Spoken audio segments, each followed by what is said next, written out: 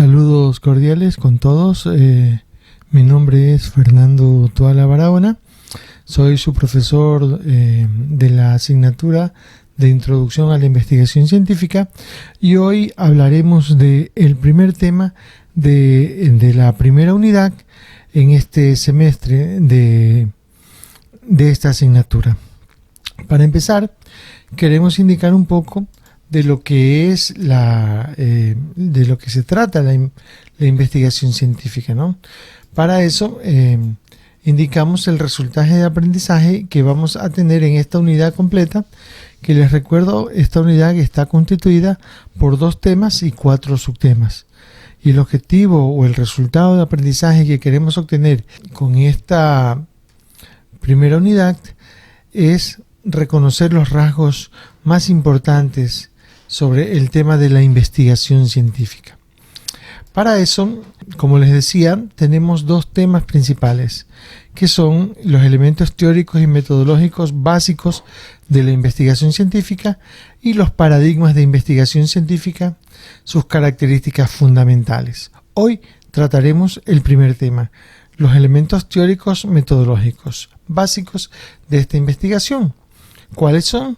Hoy día hablaremos de la ciencia, el conocimiento, la investigación científica y los métodos científicos. Todo eso aquí en breves rasgos.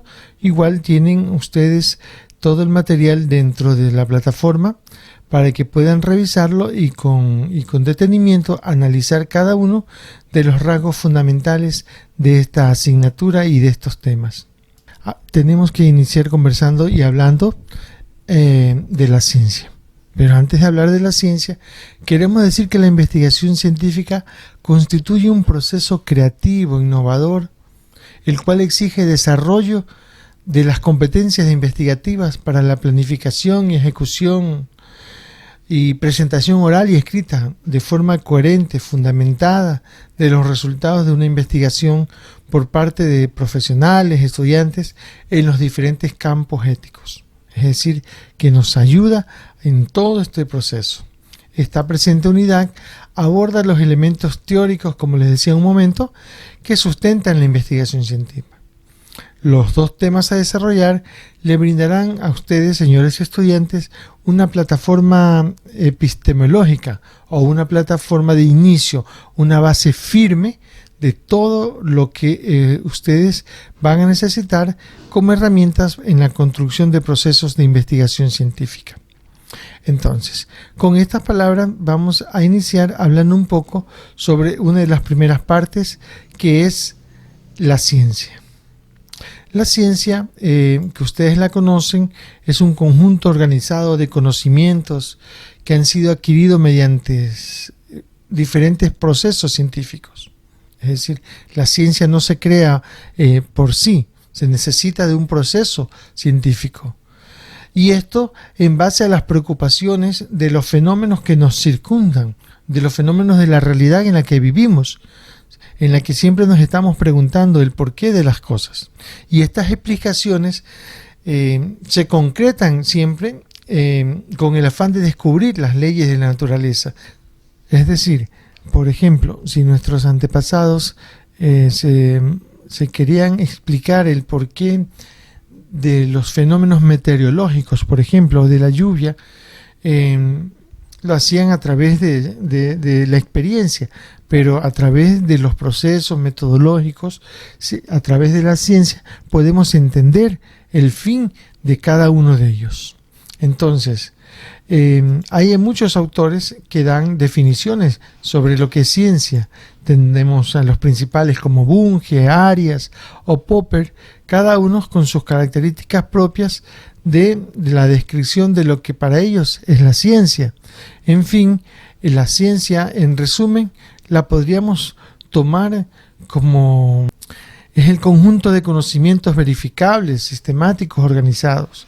Pero ojo, no solo con el objetivo determinado de saber algo, sino que, como dice Popper, con el objetivo de propender el bienestar de la humanidad, procurando el mejoramiento de las condiciones de vida de la sociedad. Y eso es importante, es decir, la ciencia no es por el hecho de conocer cosas, sino Lo importante es por el hecho de que nosotros vayamos a desarrollar y a construir una sociedad mejor para todos y para todas. Esta ciencia, como ustedes ya la conocen, es racional, sistemática, es exacta, es verificable. Por eso es ciencia, porque tiene que pasar por una serie de procesos antes de que se la pueda considerar en sí. Bien, para algunos autores, entre ellos Arias y Bunge, clasifican a las ciencias en formales y fácticas, cada una con sus características propias.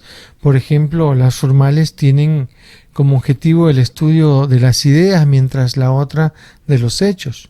Las formales hacen su investigación y sus estudios a través de símbolos y signos, mientras las fácticas la hacen a través de las palabras.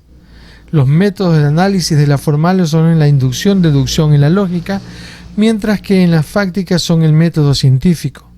La comprobación es a través del razonamiento en las ciencias formales y en la fáctica son la práctica. Algunas de las ciencias que son parte de las ciencias formales o de podrían ser la lógica, la matemática, la filosofía. En cambio, en las ciencias fácticas, las de hecho, son la física, la química, la historia, la biología, la psicología. En el siguiente cuadro podemos observar justamente lo que anterior estábamos indicando, cómo las ciencias se dividen en empíricas o fácticas o no empíricas o formales, según criterios de Bunge y Arias. Las ciencias fácticas, a su vez, se dividen en naturales y sociales. En las naturales encontramos la biología, la física, la química, la astronomía. En las sociales, ciencias como la sociología, la economía, el derecho, la psicología.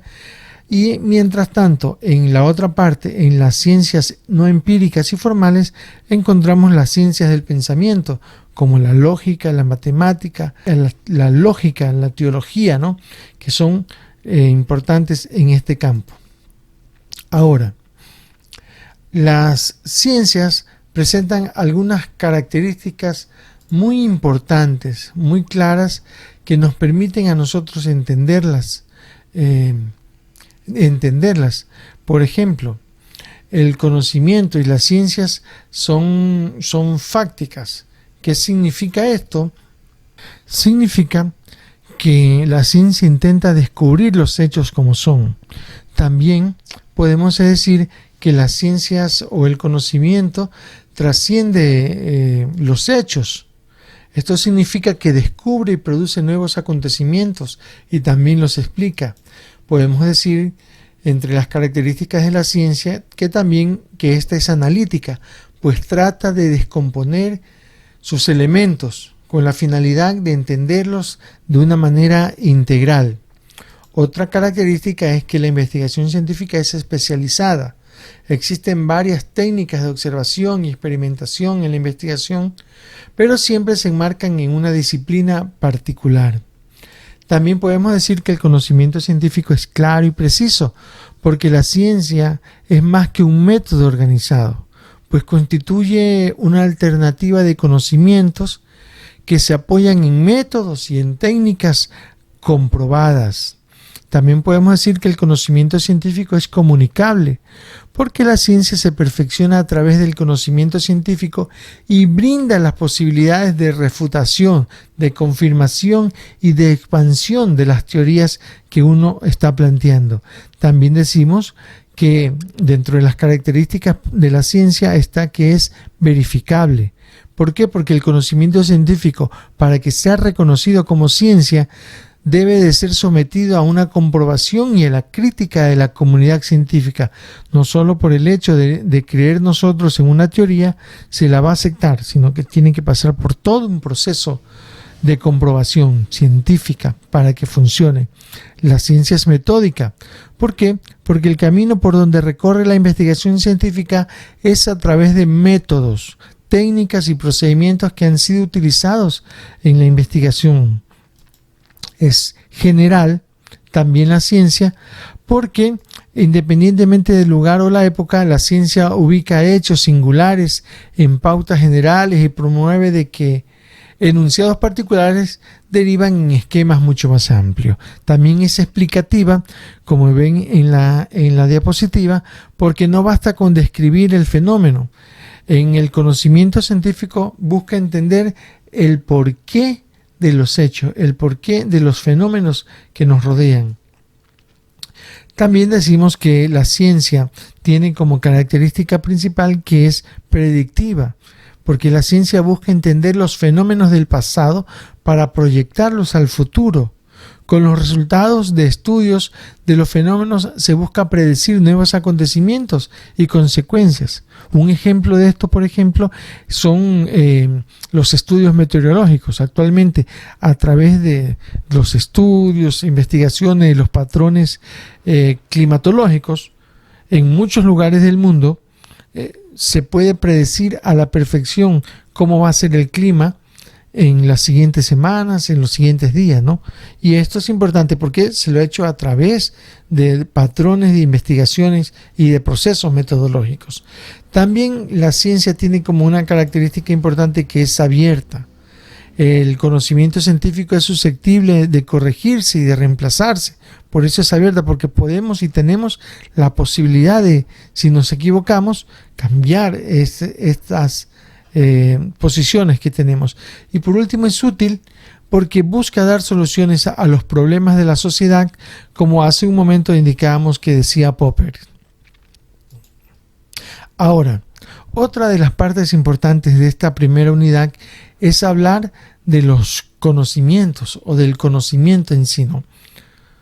El conocimiento es todo aquello que nosotros conocemos o que nos ha llegado de diferentes maneras. Es decir, nosotros aprendemos de padres a hijos o de abuelos a padres e hijos cosas. Por ejemplo, en el campo, nuestros padres nos enseñaron o les enseñaron a nuestros abuelos cómo sembrar la tierra, ¿no? Y eso es un tipo de conocimiento. O nosotros estamos en la universidad ahora estudiando y aprendiendo otro tipo de conocimiento. Pero dentro de la investigación científica, nosotros conocemos como conocimiento al proceso en el cual se relaciona el sujeto que conoce, que percibe mediante sus sentidos, al objeto conocido y percibido. El sujeto, nosotros, los que estamos presentes vivos, y el objeto es toda la realidad circundante. Ojo, esa realidad que es diferente porque nosotros vivimos en multirrealidades. La realidad del momento en que estoy haciendo esta grabación es diferente a la realidad en la que ustedes están escuchando esta grabación. Entonces, hay diferentes momentos, diferentes realidades, diferentes fenómenos que ocurren en diferentes realidades también. Entonces, la idea del sujeto es que nosotros podamos, o no solo que podamos, sino que nos relacionemos con todo esto que está a nuestro alrededor. Hay dos tipos o dos vías para el conocimiento. Una es a través de un conocimiento vulgar, empírico, común, cotidiano, que le llaman muchos, que es el que nosotros, como les comentaba hace un rato, podemos encontrarlo y podemos aprenderlo a través de la cultura, a través de los conocimientos ancestrales.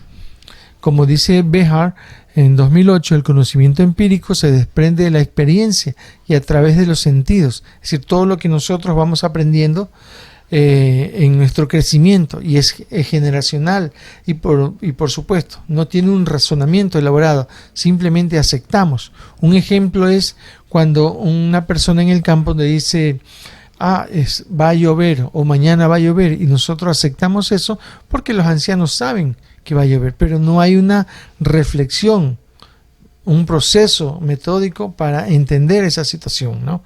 Es algo que lo han ido aprendiendo de generación en generación. Eso es un conocimiento cotidiano, común, empírico que le llaman, y otros que le dicen también como conocimiento vulgar. Y el otro tipo de conocimiento es el conocimiento científico. Este conocimiento científico que es mucho más allá del empírico, ¿no? Y que puede generalizarse, pronosticarse, este conocimiento que resiste la confrontación con la realidad, y bueno, y es el que nosotros estudiamos, ¿no?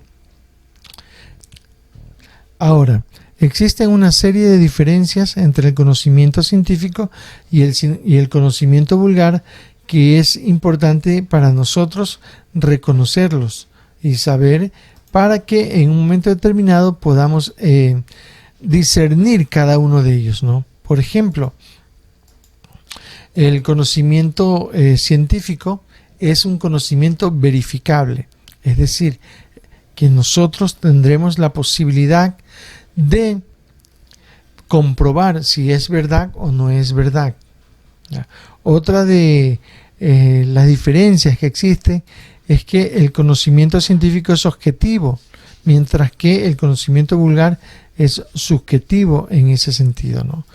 El conocimiento científico es metódico, tiene un proceso metodológico, pasos sistemáticos a seguir.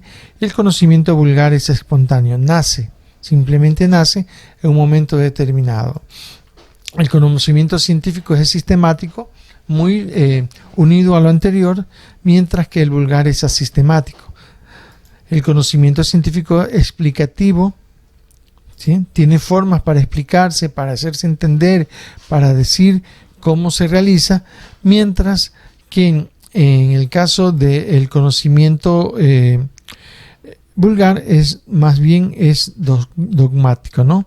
Porque cuando sus juicios son impuestos, no quieren tener cuestionamiento, es decir, aceptan a tabla rasa lo que es. Otro de las diferencias es que es predictivo. El conocimiento científico, con base en argumentos válidos, pueden hacerse proyecciones o preverse diferentes o determinados fenómenos, mientras que el conocimiento vulgar es especulativo, es decir, emite conjeturas sin base o sin argumentos válidos.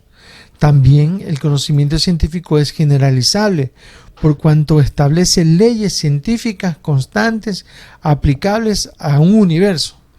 Y lo otro obviamente no es generalizable, ya que las creencias individuales son extensivas en una población. ¿Qué significa eso?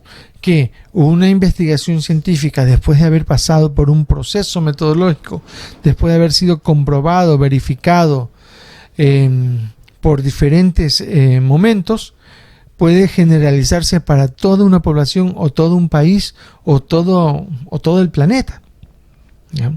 Una investigación, mientras que el conocimiento vulgar es específico de un lugar determinado o de una zona determinada. Por ejemplo, el conocimiento de la ayahuasca en el oriente y en la Amazonía ecuatoriana es propio de ese sector, no más. Es decir, ellos conocen la fórmula, ellos de generación en generación han ido tratando, tienen sus propias formas dogmáticas y subjetivas de ver la vida de esa manera, pero solo en ese sector determinado o en esas pequeñas culturas que aún quedan, mientras que nosotros, el resto de ecuatorianos, desconocemos o poco conocemos de ese tema y definitivamente no lo tomamos muy en cuenta, ¿no? Entonces aquí podemos ver en esta tabla esas diferencias entre conocimiento científico y conocimiento vulgar. En una siguiente parte vamos a encontrar lo que es el tema propiamente de la investigación científica. Esta investigación científica que nace de las necesidades humanas de dar respuesta a esos problemas que se presentan en su realidad, en la naturaleza que está circundante. Hay algunos conceptos y definiciones. Arias nos dice que es un proceso metódico, sistemático, dirigido a dar soluciones de problemas o preguntas científicas mediante la producción de nuevos conocimientos. Sampieri, Fernández y Baptista también indican que la investigación científica es un conjunto de procesos sistemáticos, críticos, empíricos, que se aplican al estudio de un problema.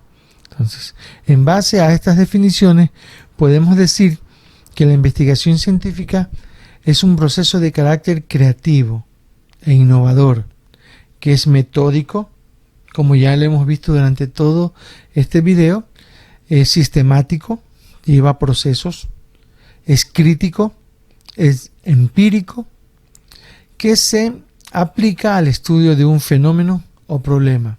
Así que esta es una de las definiciones mucho más claras de lo que estamos tratando en esta unidad o en esta primera unidad de investigación científica. Ahora, la última rueda de este andamiaje que estamos construyendo en esta primera unidad se llama el método científico. El método científico, que es el conjunto de pasos y técnicas que se emplean para formular y resolver problemas de investigación. Dice Bunge que donde no hay método científico no hay ciencia. McEwan dice: la ciencia es el resultado de aplicarle al método científico a problemas resolubles. Es decir, la investigación científica es la acción de aplicar el método científico. Ese método científico que les acabo de indicar, que no es más que el conjunto de pasos, técnicas y procedimientos que se emplean para formular y resolver problemas de investigación mediante la prueba y la verificación de la hipótesis.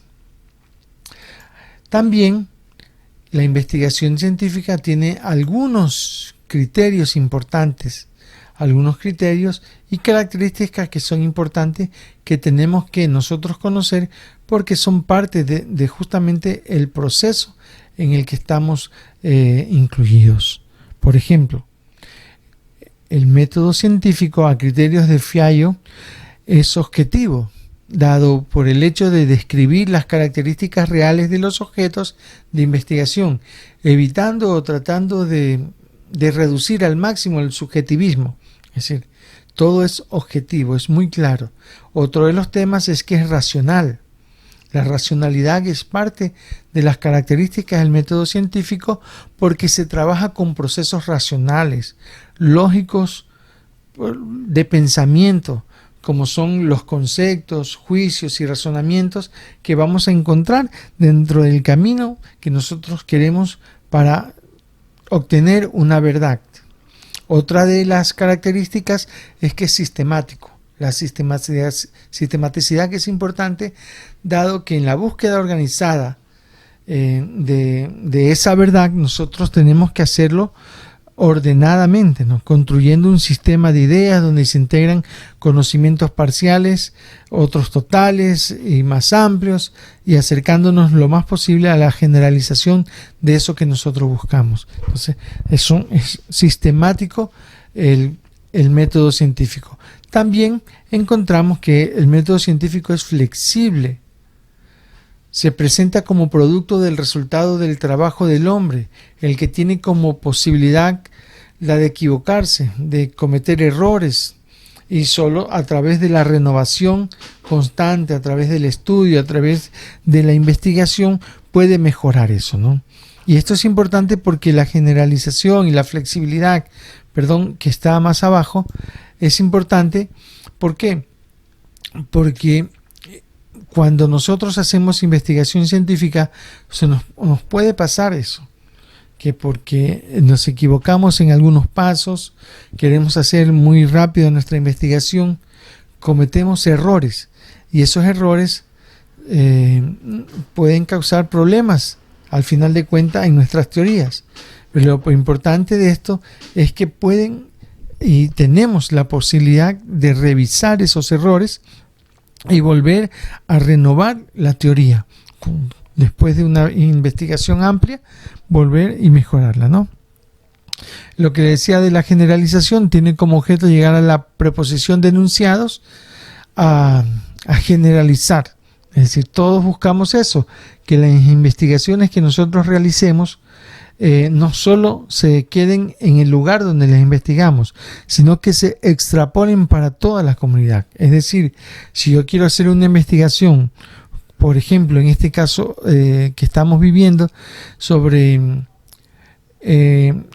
cómo los estudiantes de la Universidad Técnica de Manabí afrontan el proceso de la pandemia en relación a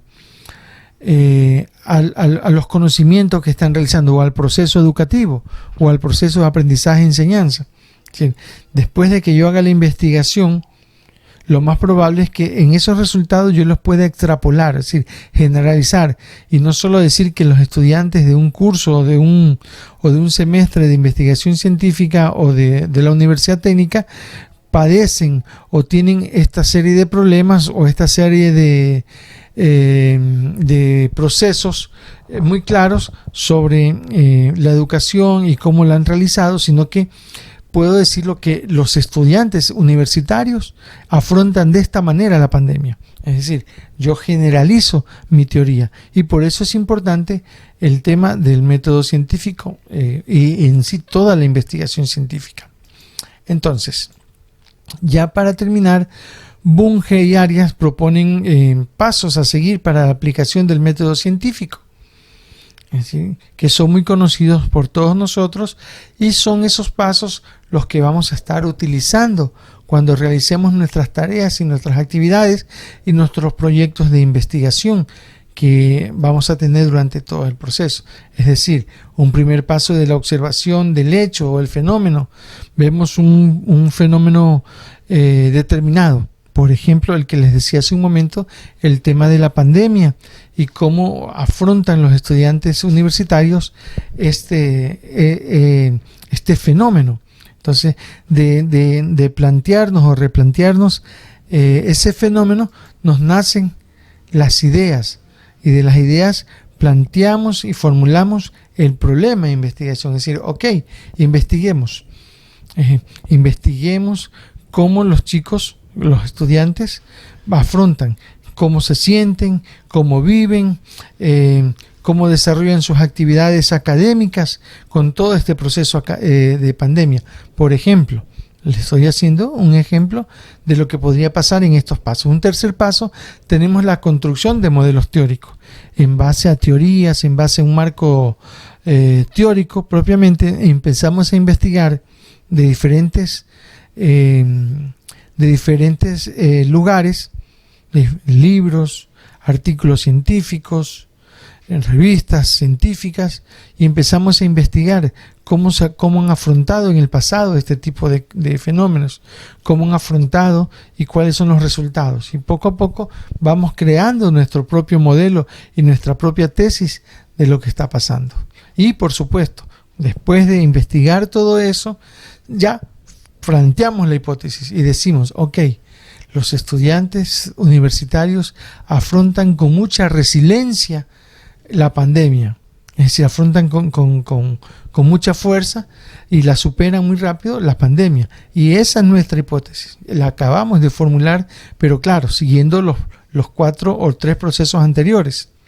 Otro de los pasos que tenemos que hacer es la verificación, esta palabra que le hemos visto durante toda esta primera grabación, esta primera clase, y es justamente eso, ¿no? Buscar que nuestra teoría no solo se quede entre nosotros, sino que a través de procesos, a través de pasos metodológicos, a través de una metodología y de una serie de diseños metodológicos, nosotros podamos verificar que esa hipótesis es verdadera, o por lo contrario, negar esa hipótesis que nosotros estamos planteando.